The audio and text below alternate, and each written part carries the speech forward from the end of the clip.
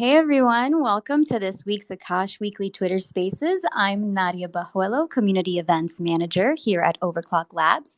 I hope all of you guys listening now, watching later, are having a great morning, afternoon, or evening wherever you are today. With that, let's get started with today's spaces. Greg will kick us off with updates and news, and after updates, we'll give you guys a full introduction to our guest today, Solomon G, Product Manager at GeeksPix.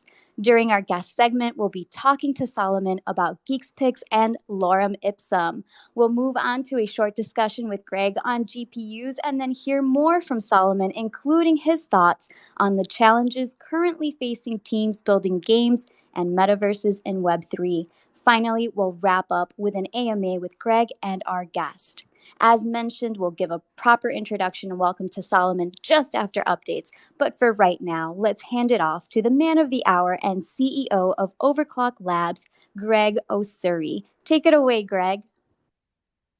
Thanks so much, Nadia. Good to be back for another episode of Akash Weekly. This is our fifth month of doing weekly updates, so feels amazing. When we began, we didn't know how long we can do these things because they are taxing. To come and give an update every weekly, believe you're one of the few projects that actually do this. I also see Omniflix folks doing the weekly updates, you know, but I'm glad we can continue to do this every week. Gives us a chance to, reflect on our week and gives us an opportunity to talk to everybody. So this is awesome. Um, well, we saw. Well, this week is the this is the San Francisco Tech Week. So it's exciting. We haven't had a good tech week in a while because of COVID, and believe this is the first tech week that's starting to feel like San Francisco pre-COVID a little bit. It's not fully there yet, but I'm seeing quite a lot of folks, in the wild. And we're starting off the tech week. I'm doing a panel with amazing Cosmos team members, Jake, Sunny. Jazeer from SwiftChain, and a bunch of uh,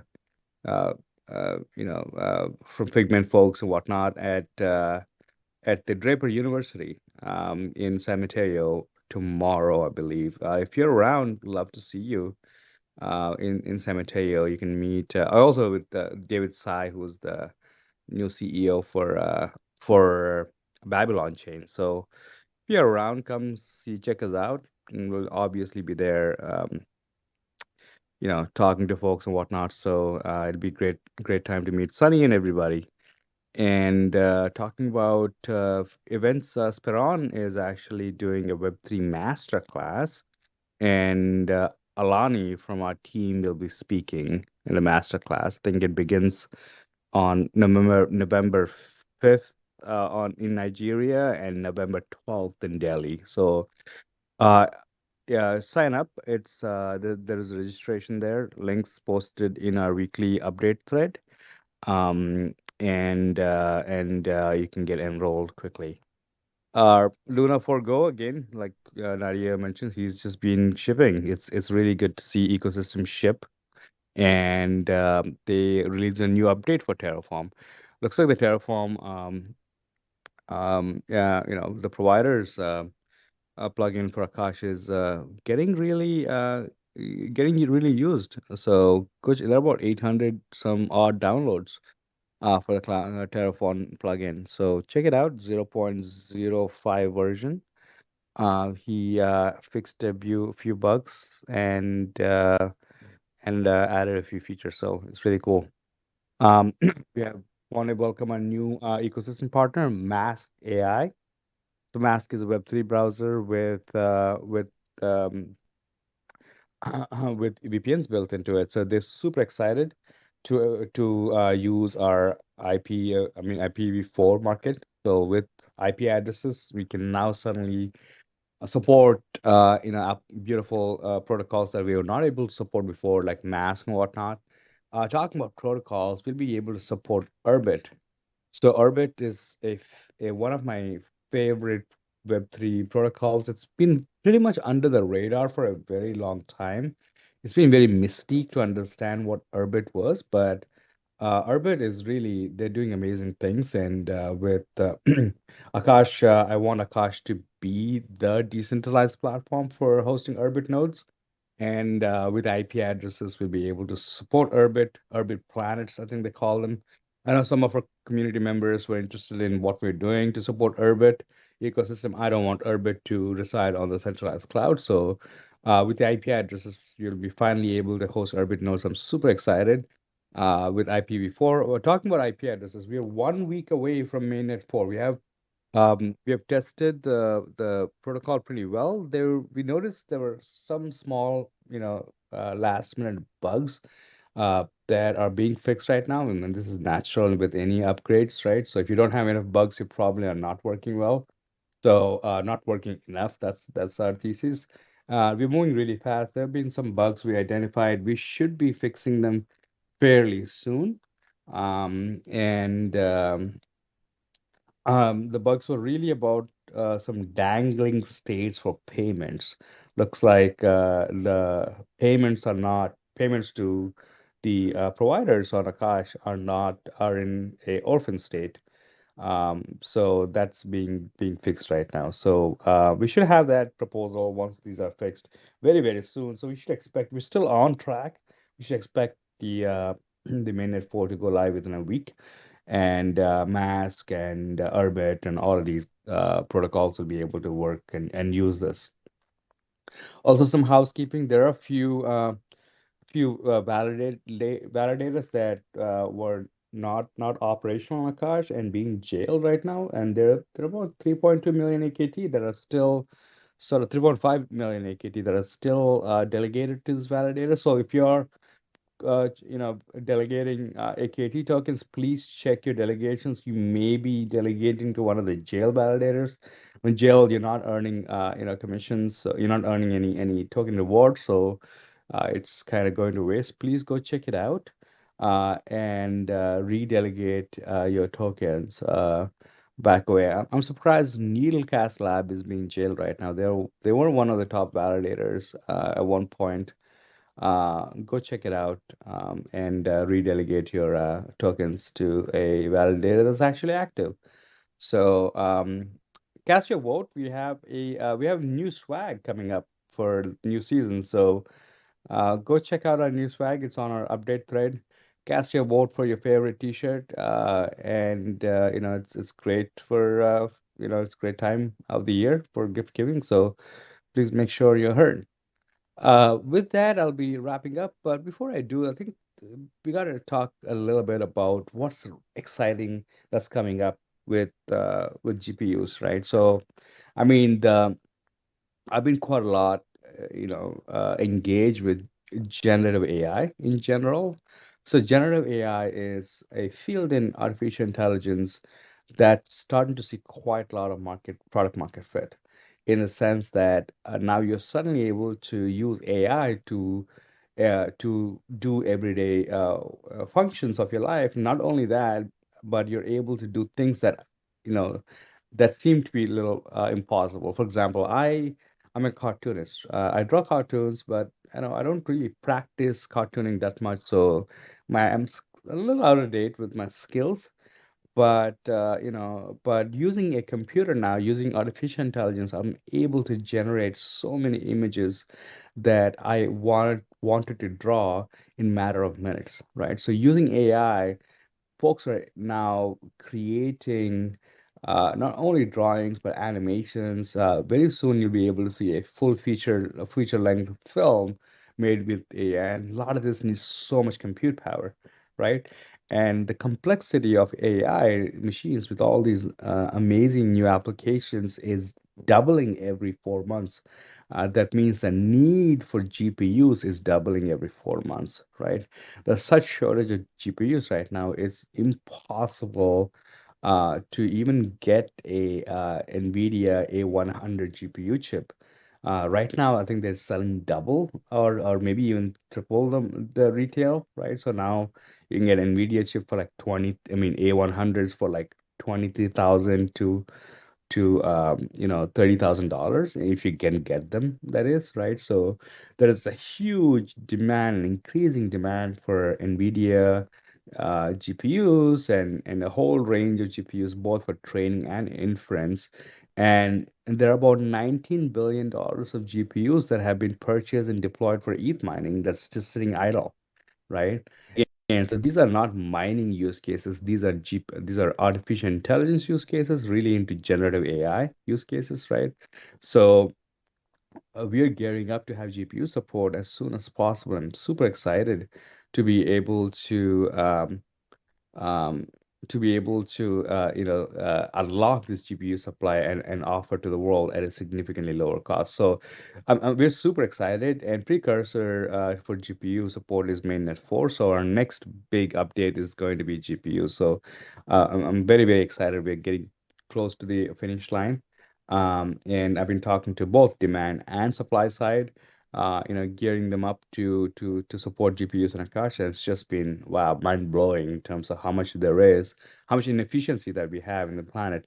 And again, like if you think about it, Akash being a sovereign compute platform and doesn't deny anybody compute, right? So tomorrow, when you have machines, they'll be able to schedule other machines. I think we're going to see a very interesting world, and Akash is here to support that new world. So I'm super excited for GPUs that are going to come out in a few months, and I'm super excited to support this amazing new field of artificial intelligence that's gaining a lot of traction, that's gaining a lot of let's see quite a lot of product market fit. So super exciting. Yeah. Hey, Greg. Yeah, just unmuting there. All right. Well, thanks for that, Greg. And cartooning, huh? You are full of surprises. I think I've got my AMA question ready. But for right now, our special guest is Solomon G, product manager at GeekspicsNFT. Solomon is a specialist with many years of experience as a project manager in the top 10 Dribble digital agency. In the Lorem Ipsum project, he participates as a product manager and also carries out art direction of the GeekspicsNFT NFT collection. Welcome, Solomon. How are you today? Uh, thank you very much for such a long introduction. Uh, I'm fine, thanks. How are you today? Nice to be here. Glad to have you. I'm doing well. Thanks so much for asking. All right, let's kick it off. Solomon, can you please tell us about GeekPix? What do you guys do and why do you do it? Oh well, to cut the long story short, I think I need to say that both Lorem Ipsum and Geeks NFT is our ecosystem project, and they need to work as a, I would say, in pair, because it's impossible to imagine Lorem Ipsum without GeekSpeaks. Well, speaking about NFT collection, first of all, it's a good piece of art. I mean, it's a fully 3D created model, consists of 8 group of different assets and generated automatically. So it's a pretty good piece of art. But the second, and I think the most important thing, is that they have real usability. Because then you buy Geeks NFT, you immediately get an ultimate key to the metaverse that's hidden in the secret metadata of the NFT token. So, and I guess it's one of the key features of the collection. And after you log in inside the Lorem Ipsum metaverse, you can use your digital avatar as your character. So other users see you on behalf of your character that you have randomly get by purchasing and minting an NFT. So I guess in short, that's pretty much all about the collection itself. Okay, so yeah, utility when it comes to NFTs is always a big question. So Geeks Picks, if you mint a geek, then that basically grants you access to Lorem Ipsum, which is your metaverse. Do I have that right? Yes, exactly. We launch these projects at the very same time. So the moment you mint the NFT, then you get the access to the metaverse, and actually you could do all the processes on the same website. So you buy it and you just push the button, go to the metaverse, and you log in inside. Awesome. So, would you be able to tell us a little bit more about Lorem Ipsum? For instance, like how did it come to be? What is the meaning behind the name? My understanding is there's a bit of a story there. Yeah, of course. And actually, I was answering that question on the Akash Emma. So it's good to mention this one more time. And the name conveys a metaphor that every person who has an idea and the ability to implement the ideas, can bring their own meaning to the metaverse. As you may know, lorem ipsum is the term that comes from the web development, and which means that you just put a placeholder to the frame, then you don't know what to say yet. So any user could come to the lorem ipsum metaverse and develop their own meaning, develop their own kind of idea in there. Nice. I like that. That's a good backstory. So, can you walk us through your roadmap and tell us where you guys are on that roadmap today? Yeah, sure. So as you could notice, we decided to release the collection and metaverse at the same time. So we thought it's very important to release the main product together with the collection so that no prior promises are made. There are tons of examples and some NFT projects promise some excited tech, but in the end, never deliver. But in fair market quality, community and product are most important things, as you might say. And I think we reached that goal. So we have a pretty nice collection in the metaverse and amazing community, and work in metaverse just the same time I'm saying that. So what's next? We're actively communicating with various different projects about creating and integrating their custom locations into Lorem Ipsum metaverse. We also have plans to open the metaverse for public access and enable live and recorded video broadcasting. I would like to mention that these incentives now are on the vote of our DAO. We just launched our own DAO the last week, so most of our important decisions were taken now, taking community members' ideas into account. So these ideas will allow projects to live stream conferences, festivals, music concerts, and so on in our metaverse. And I think that this is one of the most exciting things we're currently working on. Awesome. And so, how can users, particularly creators, benefit from Lorem Ipsum? Well, great question. I have mentioned several use cases already. On top of them, I'd like to add that users, artists, organizations, whoever can permissionlessly promote their projects inside the Lorem Ipsum, and they could organize events, presentations, maybe create custom locations, because we're open to any kind of partnerships right now. So I guess it's like an ultimate place to hang out together, because on top of what I just said, we're going to implement a live chat powered by a blockchain. So from that perspective, this kind of metaverse could easily replace chats and become a place where all the community members could hang out, could share their ideas, talk and have fun, because we have several game and mechanics already working, and we are thinking about implementing more. That's great. That's awesome. So, how did you guys first hear about Akash? Oh, well, thanks for asking that, actually. First of all, we are long-term Akash investors, and I do remember Akash for $4. $108, if I'm not mistaken. So yes, and also our core team member, Vlad, our marketing advisor, is one of the core members of Citadel One Validator's team. So he's a very strong supporter and a fan of Akash Network. So actually, we are all. And so there was no doubt that we will be launching on utilizing Akash as much as possible. Awesome. Yep. Thanks for that. And we missed Vlad today, but be sure to send our love over to Vlad maybe next time he's able to join. So many in the Akash community are excited for GPUs, and I know you guys are super excited for GPUs. Greg did go ahead and tell us a little bit about where GPUs fit into the Akash roadmap, and when we can expect it. It'll be the next update after mainnet 4. So Solomon, what can GPUs unlock for projects like yours and others in the space?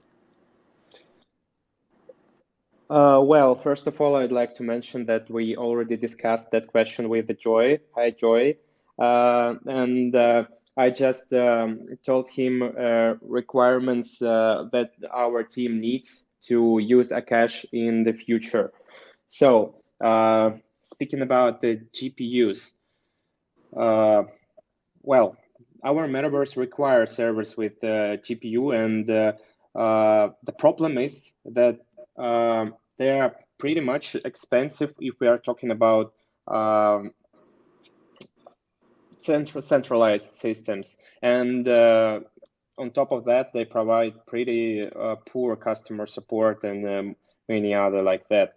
So we're really looking forward to try switching to Akash servers, because for now, using Akash or hosting our website was pretty comfortable for us, because it didn't take any kind of unnecessary operations, I would say. Our development lead just did it himself, and the process went super smooth. And that's, I think, from my perspective, that was the best thing about using Akash. So we're really looking forward to use your GPUs, because this centralized server is really pissing me off. We're using Selectel right now, if you heard about that. It's awesome. Just a quick follow-up. Do you know what kind of GPUs you will need so we can optimize our supply side accordingly? Yeah, sure, I know. And as I mentioned, I did contact with Joy. I guess he's a member of your marketing team, and I sent him our requirements. So yes, if you need any kind of more information, I could contact you and give it to you. Yeah, I'll pick it up from there. Thank you. Okay. Awesome. Thanks for that, Solomon. So we recently had Moultrie Audits on the show, and they combined Akash and Secret as a solution in the Department of Defense Bravo Hackathon. And you guys also combine Akash and Secret. How do you do it? Oh, you're on mute, Solomon. Yeah, I see. Just a minute. Well, what I can say here, I mean, the thing is that there was no doubt that we were launching on the Secret network, because we needed that secret metadata feature, because that's all the project about, because we needed to hide the path to the metaverse inside our NFT token. And also, I explained why we decided to use an Akash service. So I would say that it's kind of a coincidence, but for now, I just see that it's kind of a good combo, because we're now having a support both from the Secret and Akash community, and I think that that kind of collaboration fits well. Awesome. Thank you so much. So what should we look out for from GeekPix and Lorem Ipsum in the near future? Is there a sneak peek you can give us as to what's coming down the pipeline? Oh, yeah, sure. Well, first of all, I should say that we have launched just a few weeks ago, and due to the market conditions, I guess our collection is still not sold. So if you haven't got the Geek NFT, hurry up while you can grab yourself an access to the metaverse. And whatever service or location we integrate, geeks will have access to them all. That means that for now we have only a Genesis location. It's a pretty big space, but it's the only one. So you do not have like accesses to the other spaces because there literally doesn't exist right now. But we are communicated about the collaborations with different teams who would like to build something on the basis of our metaverse. And I think that it's really important for us now to develop next stages in the partnerships because we have our own vision and we would like actually to build several new locations with someone else's vision incorporated, because it would be just more interesting for users to enter locations that looks like very differently, weirdly differently, I would say. And what I should say next is, anyway, we have a plan. How do we develop our metaverse? And it's pretty simple. It looks like that. So this Genesis location will use as a front hall in the future from which users will be able to move to the new locations. And the next releases will repeat accordingly to the following scheme. So the first release that is already appeared, it's Genesis location. And the second would be improvements to the first release, plus very new space. And the third release accordingly will be improvements to the previous releases, plus new space as well. So we're trying to develop our metaverse in the close contact with the community, and plus in collaborations with the different partners. So we have like a really wide field of interests that starts from the marketplaces to the music and to any kind of broadcasting. Awesome. Thank you for that. Solomon, for our last question, I'd love for you to share some of your thoughts with us on the current state of NFTs and metaverses. What are some of the challenges faced by teams building metaverses and games in the Web3 space in terms of scaling and adoption? And in your view, as the Web3 community, what can we do to encourage adoption, and what are some potential solutions? And Greg, if you have any thoughts, by all means, jump in. I think that I need to think for a second. It's a big question, isn't it? Yeah, zooming out. And it's really challenging right now for people building metaverses. NFTs, there's a lot of questions around their utility. Some people find them confusing. Well, I think that speaking about challenges that we faced, I think it's pretty much obvious that we faced that bear market. And I would say that it would be a lot easier to launch such a project a year ago, but we have what we have. And the thing is that we are learning how to cooperate in the pretty harsh circumstances. So in that case, we are taking only really valuable solutions and decisions, and these times teach us to value our community who supports us, who actually keeping our project alive. So I think that for now, this is the biggest challenge for the NFT and the metaverse industry, is to keep your community satisfied and interested, because it's all we have in such times. And we're definitely not going to forget these guys, and that's why holders of our NFT collection will have like ultimate path to the metaverse. So believe me when I say that we will not going to take any kind of payment from them for the services in our metaverse. Just because now we are really working close with them. So thank you for sharing your thoughts on that, Solomon. I don't think we could agree with you more here that community is super important. And one of the things that definitely keeps projects going through this bear market. Greg, in fact, I think your panel coming up as part of SF Tech Week is on community and Cosmos, isn't it? Yeah, community building Cosmos. Awesome. So, Solomon, where can we go to learn more about GeekspicsNFT, Lorem Ipsum, and possibly Mint a Geek so we can go spray paint inside the metaverse?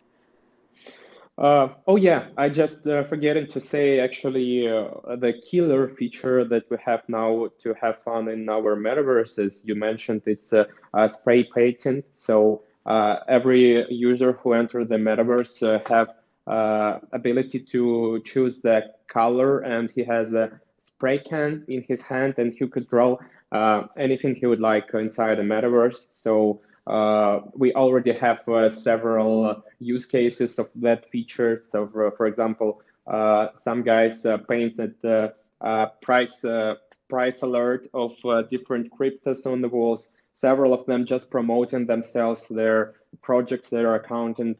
And actually, we had several masterpieces drawn by guys who are really great artists, I would say. So, speaking about taking part in all that party, I would say that you need to subscribe our Twitter and to link to our website. And actually, as I mentioned, you could do all the process on the website. Just connect your Kepler wallet, buy a secret NFT, and then enter the metaverse. So it's pretty much smooth process. Thank you. All right. Well, with that, let's open up our AMA with questions for Greg and Solomon. If you're here, go ahead and raise your hand. We'll bring you up to speak. We have about 5 questions in from Telegram already. So let's see. First, over on Telegram from Happy Investor, Greg, we've got some questions. Who are your target customers right now? Is the strategy to focus on product now, things like marketing later? And is there a customer service helpline for users that have technical issues? So our projects now are, are essentially it's the same plan. We haven't changed the plan, and our target really right now is Web3 and Cosmos. The idea is to, target an ecosystem that's close to us in terms of behavioral requirement, right? So as a Cosmos user, you already have, a Kepler wallet. You don't have all the needs. I mean, in terms of token holding and whatnot, right? So it's a lot more native experience, and it's getting better. So we announced that we'll be also, releasing a web UI tool to complement our amazing community web UI. I mean, GUIs, right? Graphical user interfaces. So it's really optimized for Kepler, and we are expecting a big tick in usage, right? So there are obviously little friction points for adoption. I mean, and we are slowly working to remove them, right? So friction points all the way from, being able to pay using stable payments, being able to pay using, being able to have notifications, when your workloads goes down or whatnot, being able to use it like a traditional, cloud. So we're spearing ahead in that sort of like in the adoption activity. And once we have IP addresses, that should open up the use cases to broader Web3, right? So you want to see Solana, you're going to get really active with Solana. Very soon, we're going to get active with ETH ecosystem. Urbit, we're getting prepared for IP addresses. Open up a lot of use cases that were not possible before on Akash, right? So as we're doing this, we're gearing towards GPUs. So GPUs will unlock HPC or high performance computing, right? I mean, it's so expensive right now. To give you an idea, a protocol like Stable Diffusion or a model, we call it an AI, takes about to get basic training, it costs about $600,000, which is significantly, I mean, it's a lot of money for even a startup, right? Think about it, just to train the model, right? So with Akash, we expect that to be, I don't know, $400,000, right? Or 400 to 500,000. It's still a lot of money saving, right? So HPC makes a lot of sense for us in terms of cost savings. And considering there's just enormous amounts of GPUs just sitting there idle, right? So it's a natural sort of like progression for us. And in terms of requirements, HPC is also some of the pushback that we get from people wanting to use Akash is they don't have the traditional. They come from a very, very traditional web, like, traditional cloud mindset, right? So they expect certain things that cloud has in terms of key management, in terms of just features that we'll eventually we're getting to add in Akash, but there's just always more and more and more. But with GPUs, it's quite the contrary. So nobody really cares about the traditional features because a lot of these GPU users are new cloud users, right? They're not used to the traditional cloud methods. So and they care about performance and price, right? So that's something we offer ready out of the bat. So it's a lot more aligned for us with GPU use cases, and it's also very, very exciting. The pace at which the growth, the industry growth for GPUs has just been phenomenal, right? Um, Also considering the complexity, like for AI models, is doubling every 3 months, 3 to 4 months. So the need is just doubling if you think about it, right? So it's obvious sort of like choice for us to go and target these workloads, and I think it's so important to think about where the world is going. I think generative AI, like you can now create a whole new, you can mint an entire NFT, I mean, create an entire NFT series using generative AI. Like you can do that right now, right? So I have a really good feeling that just looking at not only a feeling, but based on just trends that's happening in terms of content creation, there's going to be a convergence of Web3 and AI, generative AI, right? And we want to empower that merger. And this is quite a lot of investment that's also flowing into this whole space. And I think having this space as a first-class citizen on Akash is going to be a big win in the coming months to a year. So all the ducks are in the row for us. Like we have so far developed a phenomenal platform to support generic CPU workloads. We're going to extend that amazing experience to the GPU sphere. We are also noticing quite a lot of clients being built in Akash verticals that's going to verticalize for, I don't know, if you want to run Stable Diffusion, for example, your options are go to Dream Studio, or there's several other Playground AI, whatnot. You pay money, and it's very expensive, right? So you can run your own Stable Diffusion. I'm very bullish on because it's the first open source AI model. OpenAI and the Google stuff is closed source.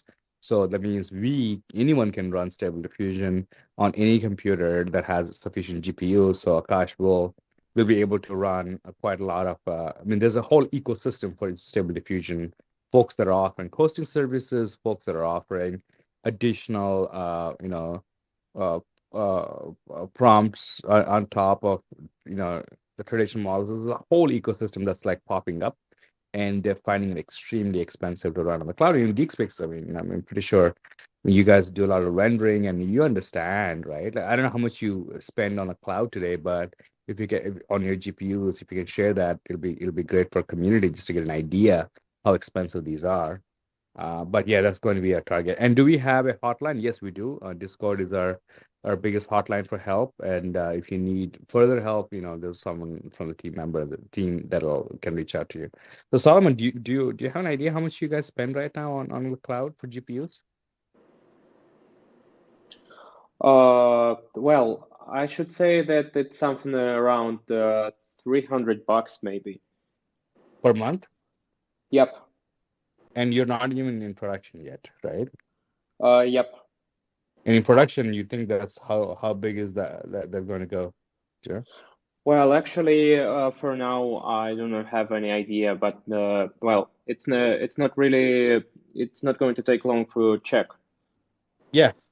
Usually it goes up like tenfold, right? So even a small company that's just starting out, it's a pinch, right? It's quite a lot of money. Think about it. Yeah, yep. It's unnecessary waste, I think. Yeah. There are thousands of projects right now. Just in Web3 itself, we have enormous amount of usage for GPU. So it's going to naturally progress our sort of like go to market right now is Cosmos Web3 and that Web3 NFTs to I think there's a lot of gaming that's happening for GPUs. Yeah, it's quite a big market. Absolutely. One more time for anybody that needs support or or help with any technical issues, we do have a wonderful community over on Discord. Our insiders, our vanguards, and our team monitor the channels just about 24/7. We're almost a 24/7 support, guys. Greg, we also have a question from some guy 103. He wants to know where we are with fiat payments and where we are with new tokenomics that was in process. So we're spearing ahead. I don't think I updated folks, but we're spearing ahead with enabling stable payments on Akash, which is the precursor for fiat, right? In the sense that Akash will be supporting USDC. The current plan, which is being finalized, I wouldn't want to jump the gun here, but the current plan is to enable like a USDC payment um, on top of Akash that'll convert to AKT and settle in AKT, right? So both from the payment side as well as settlement side, the users can choose what currency they want, any whitelisted currency. We're initially thinking about USDC because it's the most liquid currency that's going to be native to Cosmos. So super excited for that. But there is going to be a tax, right? So the tax is what we're looking at from a take income standpoint. The current plan is we talked about regulatory uncertainty and whatnot. So the current plan is if you are paying in anything that's non-AKT currency, you pay the tax, and the tax will be used to buy AKT off market and burn that AKT, right? So that increases value to AKT holders through burning, and that enables stable payments that the community has been asking for quite a long time. So it improves user experience at the same time it increases AKT value through burning, right? So that's the current design that is very favorable. We haven't obviously written this up because there's research being done. But from the looks of it, there is no red flags that we can identify, we can think of. Of course, there's a tax, and this tax is a governance mechanism. So, I mean, there's a tax for each individual. There should be a tax for individual currencies, like USD may have a lower tax than USDC. So the community can decide how much the tax is, and if there is a big user for USDC and Akash, they can buy AKT and voice their opinion by voting, right? So AKT will be the center of I mean, it is a governance token. So, if the community wants a higher tax, we're proposing about 20% tax, which is not small percent, right? That 20% goes back to AKT holders, right? Either in terms of burn or take model.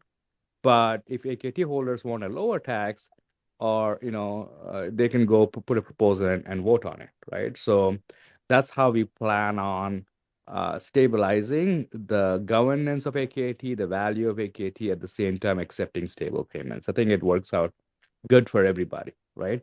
So that's where we are. We haven't written this up, obviously. We're going to write it up, and we're going to share this, but there's full-fledged, work happening in this front. Of course, all hands on deck right now with mainnet 4. We have a little bug that we identified we'll be fixing. So, after that, we're full throttle ahead with settlement, stable settlement and GPUs, right? So that's going to be our biggest sort of like big change for Akash economics.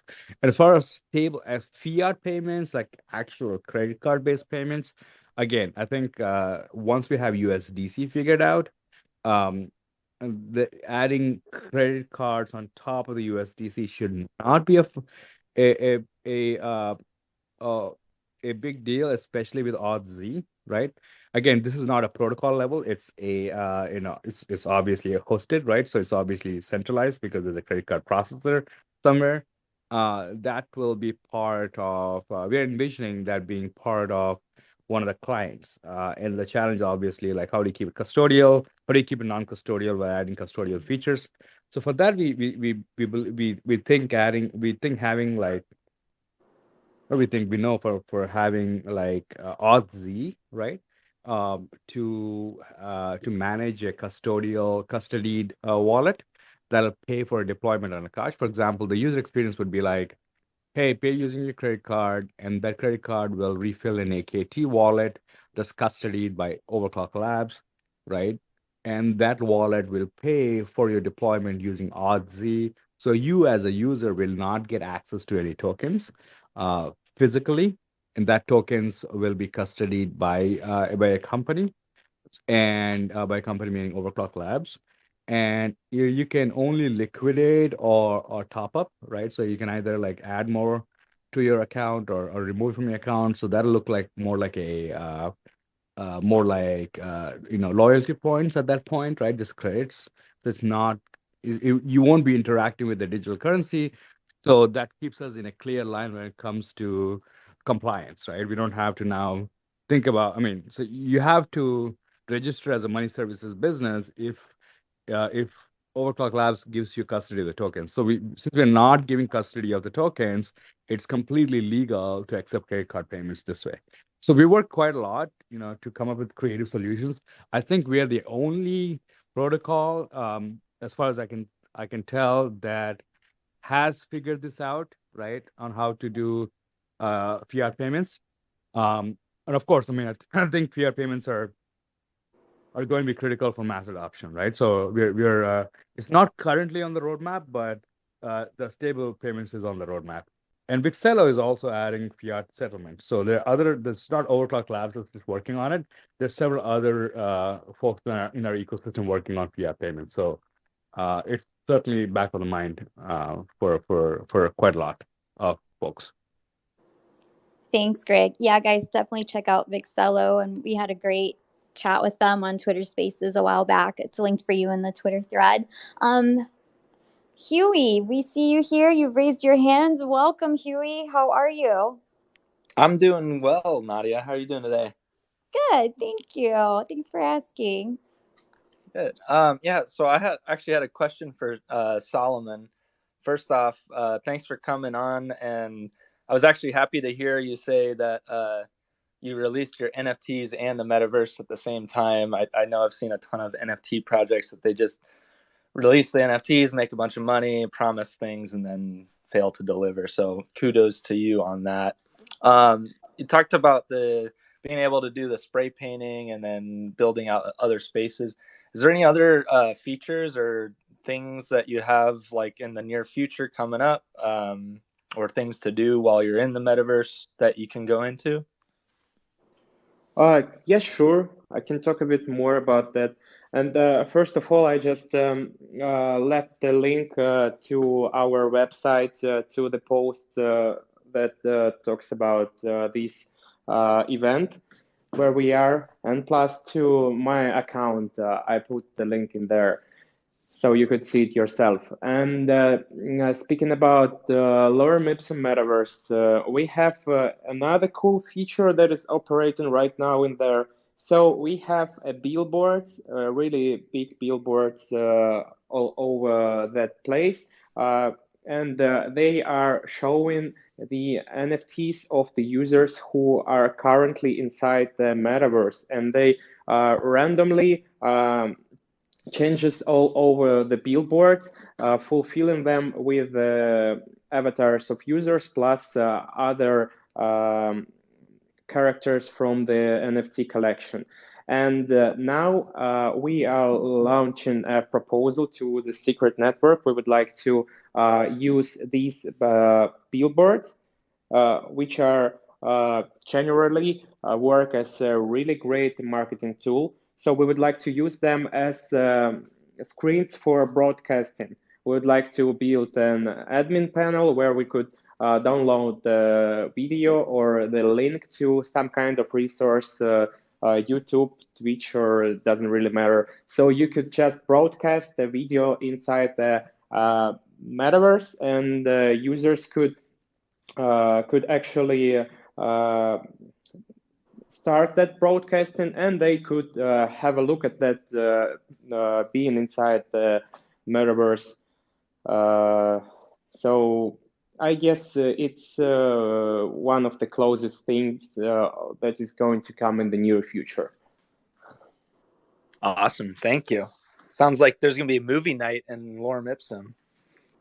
Oh, well, thanks for that. And actually, I forgot to answer what you just said about launching at the same time. We really thought that it's crucial to raise, well, I would say to raise the trust from our community to us, that we are not here for grabbing money. Well, I gotta say that during the bear market, it's not even about grabbing money, but we decided to make a long term, even then there were a bull market. So yeah, we care about our community. That's Awesome. so important. Thanks, Solomon.